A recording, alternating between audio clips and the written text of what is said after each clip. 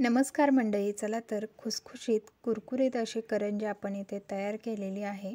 तर ही करंजी बनवायला खूप सोपी आहे। फक्त एक सिक्रेट गोष्ट घालून आपण इतकी खुसखुशीत करंजी इथे तयार केलेली आहे। तिळाची करंजी आहे तरी देखील तुम्ही पाहू शकता किती खुसखुशीत आहे। तर तुम्हाला देखील अशाच प्रकारे करंजी बनवायची असेल, अशाच पद्धतीने तुम्ही रव्याची करंजीचं कोटिंग देखील या प्रकारे खुसखुशीत बनवू शकता।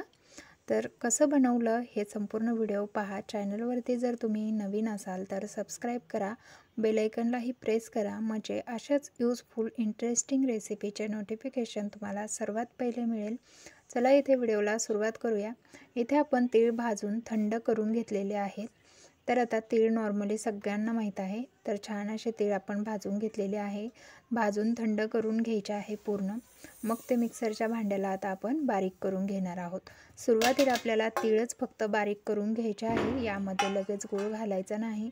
जाडसर असे तीळ आपल्याला एकदा वाटून घ्यायचे आहे। तुम्ही पाहू शकता खूप जाडसर सुद्धा ठेवायचे नाही, कारण गूळ घातल्यानंतर अगदी आपल्याला फक्त गूळ आणि तिळाचं मिश्रण जे आहे ते एकत्रित होईल इतकंच मिक्सरला फिरवायचं आहे, जास्त वेळ फिरवायचं नाही।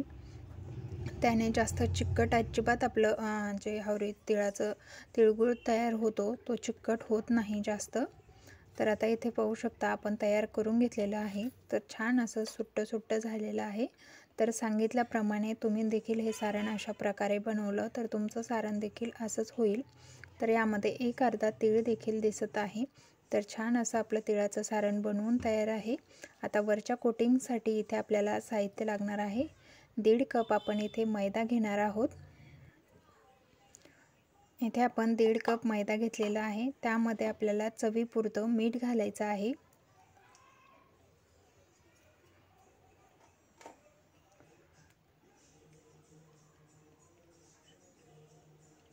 इथे आपल्याला अशा पद्धतीने मैदा जो आहे तो मीठ घालून पांगून ठेवायचा आहे। त्यानंतर आपल्याला ही सिक्रेट गोष्ट यामध्ये घालायचं आहे, कडकडीत तुपाचं मोहन। तर याऐवजी तुम्ही तेल घातलं तरी चालेल। आता इथे आपण अंदाजे थोडंसं तूप जे आहे ते पोहे खायच्या चमच्याने 5 चमचे असेल इतकं आपण घालून घेतलेलं आहे। तर आता याची दुसरी एक सिक्रेट टिप्स काय आहे ती ओळखण्यासाठी की आपल्याला यामध्ये मोहन किती प्रमाणात घालायचं, तर ते देखील आता तुम्हाला लगेच समजणार आहे। त्यासाठी आपण हा मैदा जो आहे तो पूर्ण अशा पद्धतीने मळून घेतलेला आहे तुपामध्ये। असा याचा गोळा तयार झाला की समजायचं आपलं परफेक्ट मोहन यामध्ये घातले गेलेलं आहे। आता याला आपल्याला थोडं थोडं पाणी घालून घट्टसर याचा गोळा मळून घ्यायचा आहे, खूप पातळ करायचं नाही। ही सुद्धा गोष्ट लक्षात ठेवा की खूप पातळ झाल्यास करंजी व्यवस्थित खुसखुशीत होत नाही। त्यामुळे इथे घट्टसरच असा गोळा मळून घ्यायचा आहे। पीठ मळत असताना चांगलं पीठ जोर लावून मळून घ्यायचं आहे। इथे आपले पीठ मळून झालेलं आहे। आता याला 10 ते 15 मिनिटासाठी झाकून ठेवायचं आहे, म्हणजे छान असं आपलं हे मैद्याचं पीठ जे आहे ते भिजल्या जातं आणि त्यामुळे आपल्या करंजी जे आहे ते खुसखुशीत तयार होते। खुसखुशीत होण्यासाठी ह्या छोट्या छोट्या टिप्स ज्या आहेत त्या अजिबात स्किप करू नका, पूर्ण फॉलो करा।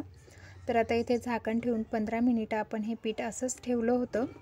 तर आता पहा तुम्हाला त्यावरती आलेले छान असे बबल दिसतील। तर मस्त असं पीठ भिजल्याचा पुरावा पाहू शकता तुम्ही, किती छान आपलं पीठ भिजलेलं आहे।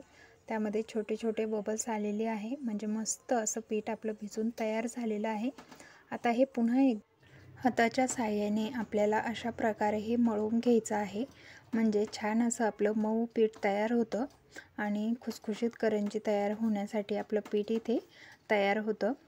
तर आता तयार झालेलं आहे पीठ, मऊ करून घेतलेलं आहे आपण। पीठ मऊ करायला विसरू नका, तुम्हाला सुद्धा अशाच पद्धतीने पीठ एकदा मऊ करून घ्यायचं आहे। ह्याच्या छोट्या छोट्या आपल्याला लाट्या तयार करून घ्यायच्या आहे। इथे माझ्याकडे करंजीचा साचा आहे, तुमच्याकडे साचा नसेल तर करंजीच्या आकाराची जिथे लाटी आपल्याला घ्यायची आहे। साचा असल्यानंतर की पातळ लाटून आपण मध्यभागी भरून बाकीचं आवरण जे आहे ते साईडला निघून जातं।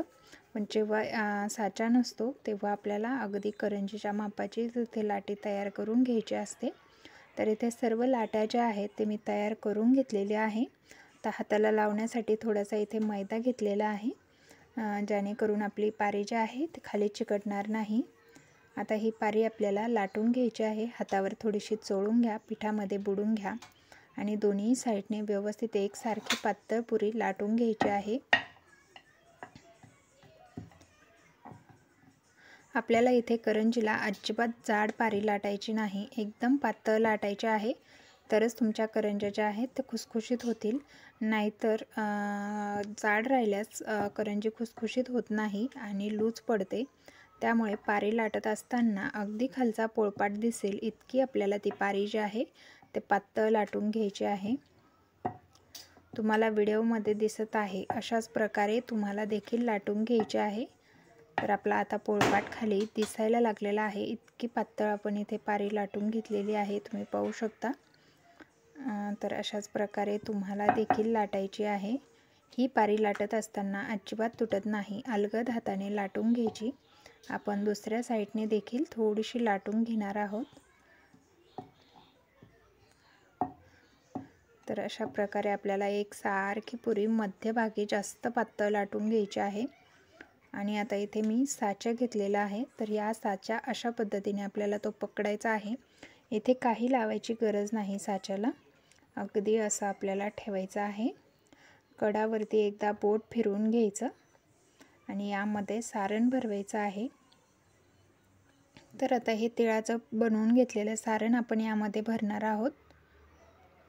तर मावेल इतकं आपल्याला यामध्ये सारण भरवायचं आहे, खूप जास्त नाही। वरची बाजू मोकळी ठेवायची म्हणजे कडा व्यवस्थित बंद होतात आणि करंजी तेलामध्ये सुटणार नाही। तर आता हे अशा पद्धतीने आपल्याला अजिबात कडेवरती सारण जाऊ द्यायचं नाही, कडेवरचं सारण साईडला काढून घ्यायचं, दाबून व्यवस्थित घ्यायचं आणि अशा पद्धतीने आपल्याला ही करंजी जी आहे ते बंद करून हाताच्या पोटाने चांगली प्रेस करून बंद करायची आहे, म्हणजे ती तेलामध्ये विरघळणार नाही, सुटणार नाही। आणि एक्स्ट्राचं जे काही पीठ आहे ते आपल्याला काढून घ्यायचं आहे, यापासून आणखीन दुसरी करंजी तयार होते।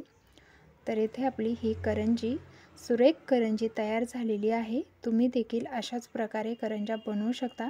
आता बाकी राहिलेल्या करंज्या देखील आपण अशाच प्रकारे बनवून घेणार आहोत। तर इथे सर्व करंज्या ज्या आहेत ते मी बनवून घेतलेले आहे। आता यासाठी मी तेल देखील गरम व्हायला ठेवलेलं आहे। आपण इथे तेल पाहूया गरम झालं आहे का। तर त्यामध्ये थोडासा पिठाचा गोळा सोडून पाहिला तर छान असं तेल आपलं गरम झालेलं आहे। आता यामध्ये करंज्या सोडून घ्यायच्या। करंज्या सोडत असताना गॅस कमी ठेवायचा, म्हणजे एकसारख्या करंज्या तळल्या जातात। तर आता ह्या करंज्या खालच्या बाजूने तळल्या की आपल्याला पलटवून घ्यायच्या आहे। तर व्यवस्थित करंज्या आपण अशा पद्धतीने पलटवून घेणार आहोत।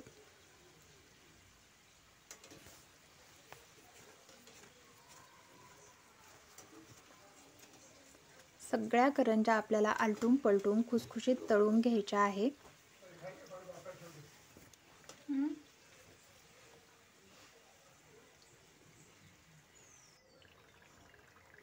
तर पहा इथे दोन्ही बाजूने छान कलर सुद्धा मस्त आलेला आहे आणि खुसखुशीत करंज्या आपल्या तळून इथे तयार झालेल्या आहेत।